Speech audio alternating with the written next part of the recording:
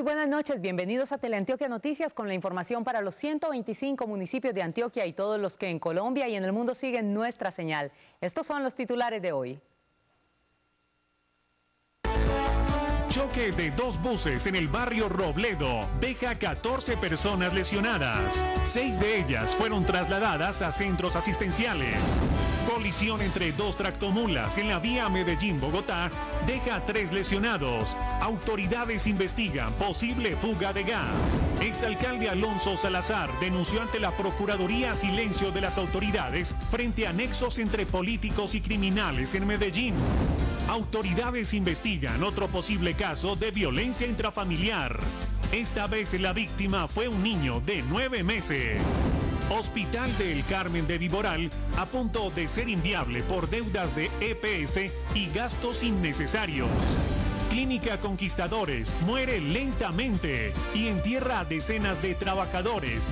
Hombre de 26 años se debate entre la vida y la muerte por mal procedimiento de cirugía estética.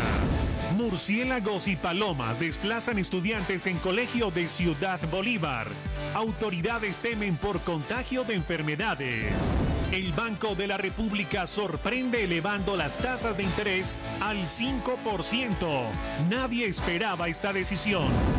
Nacional ilusiona a sus hinchas con su arranque en el torneo colombiano. Santiago Escobar pide mesura. El empate, factor predominante del Medellín Itagüí Envigado en la primera fecha. 22 goles se marcaron en la primera jornada del fútbol colombiano. Espere la selección de los mejores. John Leguizamo ya está en Medellín para su stand-up comedy.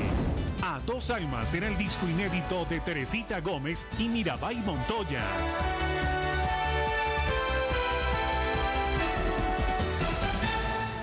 Catorce personas heridas dejó el accidente de dos buses esta tarde en el barrio Robledo, Miramar. Uno de los vehículos al parecer perdió los frenos y se estrelló contra otro automotor y una vivienda. El vehículo bajaba por esta vía del barrio Robledo cuando al parecer se quedó sin frenos y chocó contra otra buseta. El impacto fue tal que el automotor se vino contra esta vivienda, lo que ocasionó una fuga de gas y aumentó el temor de quienes habitaban en la vivienda, quienes dicen haberse salvado de milagro. La cocina quedó totalmente destruida y todos los electrodomésticos, todo. Pues vengo bajando por mi ruta y voy pasando el policía y el compañero no sé qué le pasó y se metió por detrás y un impacto fue muy grande. 14 pasajeros, entre ellos una mujer embarazada, resultaron lesionados. 6 de ellas trasladadas con lesiones leves, pero que requieren una evaluación por parte del personal médico en diferentes centros asistenciales de la ciudad. Personal de bomberos, la Defensa Civil y el SIMPAD atendieron la emergencia y controlaron la fuga de gas. La Secretaría de Tránsito investiga las causas del accidente. Al parecer son frenos, pero en este momento tenemos personal técnico de la Secretaría de Tránsito evaluando y realizando la revisión técnico-mecánica para verificar. Los lesionados se recuperan a esta hora en centros asistenciales de la ciudad. Y mucha atención que otro accidente de tránsito se presentó terminando la tarde en la autopista Medellín-Bogotá a la altura de Cocorná en el sector La Piñuela. Se trata de una colisión entre dos tractomulas, una de las cuales transportaba gas. El choque dejó 3 lesionados que en ese momento pasaban por el lugar y que de inmediato fueron remitidos a los centros asistenciales más cercanos. Como medida preventiva, las autoridades mantienen cerrada temporalmente la vía en ambos tramos, mientras los técnicos evaluaban los riesgos por posibles fugas en el contenido que llevaban los vehículos. En 3 días, la Procuraduría emitiría un fallo frente al caso de la presunta participación en política del exalcalde Alonso Salazar en la pasada campaña electoral. A esta hora la audiencia continúa y por eso hacemos contacto con nuestra periodista Diana Vélez, quien nos tiene más detalles sobre este hecho. Diana, buenas noches, adelante. Adelante, Diana. Gloria, muy buenas noches. La audiencia en contra del exalcalde de Medellín, Alonso Salazar Jaramillo, que comenzó a las 10:30 de la mañana, todavía no finaliza. A esta hora, el abogado del exmandatario Alfonso Cadavid expone el argumento según el cual Salazar no participó en política, exponiendo que sus denuncias sobre alianzas entre criminales y políticos en las elecciones del año anterior se constituyeron más bien en un acto de gobierno legítimo para intentar restituir el orden en la Comuna 8 de la ciudad de Medellín. Pero miremos entonces cómo avanzó esta jornada de audiencia en el día de hoy y qué fue lo que dijo el exmandatario de la ciudad. El proceso contra el exalcalde Alonso Salazar ya se encuentra en su etapa final. En el alegato de conclusión de hoy, Salazar explicó que sus actuaciones estuvieron amparadas por la Constitución y la ley y que como mandatario no podía guardar silencio frente a los nexos entre políticos y criminales que buscaron constreñir a los electores en la Comuna 8. Afirmó que decidió denunciarlo públicamente ante el silencio de las autoridades.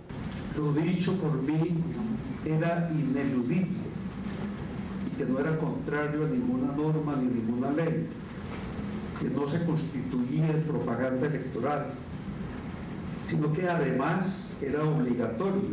Incluso preguntó en la audiencia el por qué el exalcalde Luis Pérez no fue investigado por la Fiscalía cuando esta misma anunció que en la campaña de este candidato en 2007 hubo participación de paramilitares. El señor Luis Pérez pareciera, y lo voy a decir con profundo respeto, pareciera contar con la ventaja del silencio institucional.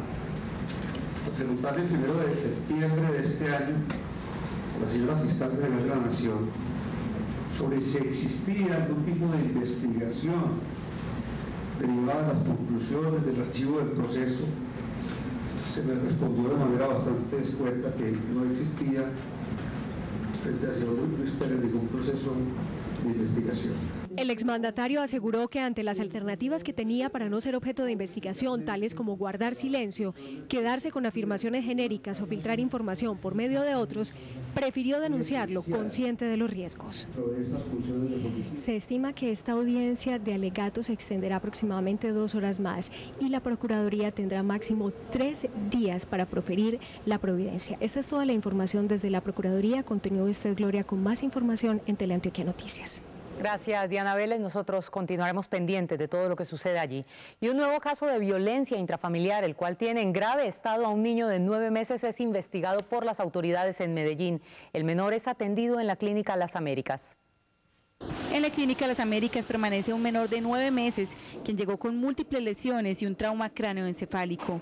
Las autoridades creen que puede tratarse de un nuevo caso de maltrato. Los primeros indicios que hay sobre quién fue el presunto responsable fue que se fue al interior del núcleo familiar, está por esclarecerse. Entonces más que todas las investigaciones apuntan a poder establecer quién fue responsable de este hecho. Según las autoridades, fueron los mismos médicos los que alertaron sobre el caso, pues la lesión al parecer corresponde a una golpiza y no a una caída, como relataron sus progenitores. Las investigaciones están a cargo de la Fiscalía General de la Nación. Ya se abrió noticia criminal por el hecho lamentable en el cual se encuentra el niño que ingresó el día de ayer a la Clínica Las Américas. El ICBF se mostró preocupado por las altas cifras de maltrato, pues solo en 2011 se recibieron 5.847 casos. Por eso pidió a los padres que tengan dificultades con sus hijos que no los resuelvan a los golpes. Por favor, procuren buscar, si no son capaces de resolver sus conflictos y las diferencias que tienen al interior del hogar, busquen ayuda de profesionales, acudan a las comisarías de familia. Si usted conoce un caso de maltrato, puede denunciarlo a la línea 018-918-080. Hay que denunciar, sin duda. Al menos 20 millones de pesos está perdiendo mensualmente el Hospital del Carmen de Viboral. Una inversión improductiva y las deudas de las EPS son las principales causas. Al Hospital del Carmen de Viboral, que ya se acerca a cumplir 100 años de servicio, le cae por estos días el peor de los virus en materia financiera. El hospital indudablemente está en cuidados intensivos, lamentablemente tenemos estados financieros desfavorables. Es una situación que en este momento uno podría decir delicada. Uno de los muchos factores que habría producido esta crisis financiera tiene que ver con la construcción de un nuevo bloque de hospitalización. Lamentablemente es una obra que se contrató, no había la plata para poder financiar en su totalidad la ejecución de la obra. Pero más aún, hoy las pérdidas mensuales son considerables. La pérdida mensual del hospital era de 20 millones de pesos. Estamos a 2 puntos, financieramente y contablemente así lo han determinado el revisor fiscal y la contadora. Con todo este panorama desfavorable, también contribuyen las EPS, que deben la cartera por prestación de servicios. Otra cifra revela que entre 700 millones de pesos adeuda el hospital a proveedores y empleados. Desde el Carmen de Viboral, León Llano, Teleantioquia Noticias. Bueno, pero los problemas financieros también acosan al Hospital de La Ceja. Allí una deuda de más de 200 millones de Caprecom a la institución de salud amenaza la prestación de servicios a un importante número de usuarios. Lucrecia Teortúa asiste sagradamente desde hace 8 meses a citas de control de su embarazo, pero ella hoy encarna la preocupación de más de 1.000 usuarios de Caprecom, empresa que al hospital local le adeuda 267.657.103 pesos. En el estado en que yo estoy, eso, pues que cierren así el servicio o algo así, pues sería muy difícil ya para uno afiliarse a otra EPS. Aseguran las directivas del hospital que ni los acuerdos de pago, ni las conciliaciones con mediación de Supersalud, los derechos de petición, ni las mesas de trabajo con la Procuraduría han servido. Inclusive desde 2004, 5 millones de pesos están como deuda de difícil recaudo. Con ellos la facturación mensual es de aproximadamente 25 a 28 millones de pesos y los contratos que ellos realizan cada mes es más o menos de 3 a 4 millones de pesos. Tras la deuda que se ha acumulado en los últimos 4 años, aseguran estar teniendo dificultades con proveedores y empleados y temen por las consecuencias, sobre todo por el tipo de usuarios. Tenemos alrededor de 1.500 usuarios, ellos son los desplazados, los del INPEP y otros usuarios del régimen subsidiado. Agudiza la situación el tema de remisiones, que debido a la contratación los pacientes no son recibidos en otras instituciones de salud. Desde La Ceja, Nelson Andrés Suaza, en Teleantioquia Noticias. Aunque Metrosalud ya recibió los recursos para subsanar la iliquidez que la tenía al borde de negar la atención a la mitad de sus pacientes, el problema persiste. Su gerente encendió las alarmas para que el próximo mes no vuelva a repetirse la historia.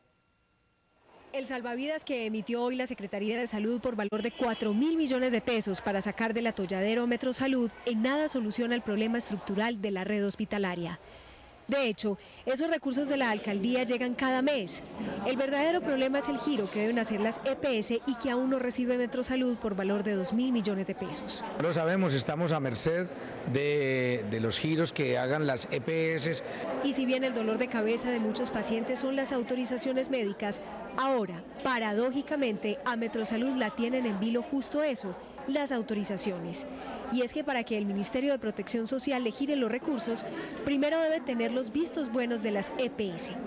Ese trámite, según el gerente de Metrosalud, es innecesario. Que las aseguradoras dejaran una autorización sistemática para que mes tras mes se girara directamente los recursos en la red de Metrosalud. El funcionario agregó que no es cierto que en Metrosalud estén escaseando los insumos médicos necesarios para la atención de los usuarios por cuenta de la iliquidez de la entidad y espera que la propuesta sea acogida para que el próximo mes la historia de proponer una atención a medias no se repita. Una vez más, los malos procedimientos estéticos ponen en riesgo la salud de las personas. En esta ocasión, un joven de 26 años quedó en delicado estado de salud cuando quiso aumentarse los glúteos en una casa de Manrique, que al parecer funciona como clínica estética clandestina. John William tiene 26 años, es oriundo de San José del Goviare y un día quiso cambiar su aspecto. Llegó a Medellín por recomendación en busca de una cirugía estética de glúteos y de cadera y hoy se debate entre la vida y la muerte en una clínica de esta ciudad. Se encuentra en estado delicado de salud conectado a un soporte ventilatorio. En este momento se encuentra en la unidad de cuidados intensivos. John William es otra víctima de los malos procedimientos quirúrgicos. Según su familia, accedió a que por 750.000 pesos le inyectaran 2 litros de silicón líquido en una casa del barrio Manrique. Estas personas las conoció por internet. Esas personas por lo general buscan pacientes por internet. Yo no sé quiénes son las personas, porque tengo entendido que llegan de Bogotá a operar acá en Medellín y en otras ciudades. Y él, por cosas del destino, quiso colocarse un líquido que le llaman silicona, pero lamentablemente somos de bajos recursos económicos y él buscó a personas que lamentablemente no les interesa sino el dinero. Lo curioso del asunto es que este tipo de casos son más comunes de lo que se cree. En Medellín cada 2 días se estarían registrando incidentes por estos procedimientos. 6 años planteando ese tipo de denuncias. Llama la atención que las cifras sigan incrementándose en la ciudad de Medellín, que tengamos datos de 2 personas muertas por mes en Medellín en clínicas de garaje. Y mientras la familia de John William sigue con su drama, incluso por la deuda que ahora tienen en la clínica donde tratan de salvarle la vida, diversos sectores insisten en que se necesitan mayores controles y una legislación más drástica para este tipo de casos.